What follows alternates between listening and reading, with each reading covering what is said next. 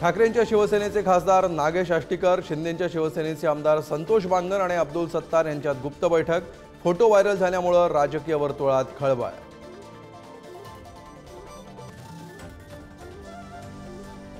पुण्यात काँग्रेस विरोधात भाजप आक्रमक।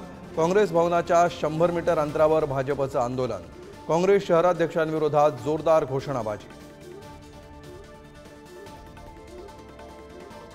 एका घरात 2 महिला असल्या तरी लाडकी बहीण योजनेचा लाभ मिळणार।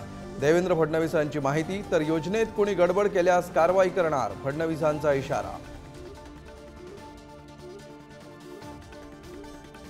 लाडकी बहीण योजनेच्या नोंदणीसाठी पैशांची मागणी।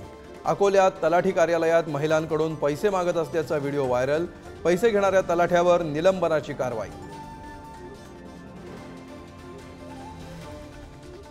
अजितदादांच्या राष्ट्रवादीच्या बैठकीत आमदार नवाब मलिक। महायुतीत वादाची शक्यता। तर मलिक सोबत आल्यास तुम्हाला त्रास होतोय का, पत्रकारांच्या प्रश्नावर अजित पवारांचं उत्तर।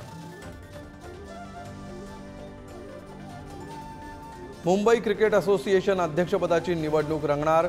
नाना पटोले एमसीए अध्यक्षपदाची निवडणूक लढवण्याची शक्यता। अमोल काळेंच्या निधनामुळे एमसीएचं अध्यक्षपद रिकामं। शिवीगाळ प्रकरणी अंबादास दानवेंची दिलगिरी। दानवेंच्या निलंबनाबाबत उद्या निर्णय होणार। दानवेंचं निलंबन कमी होण्याची शक्यता।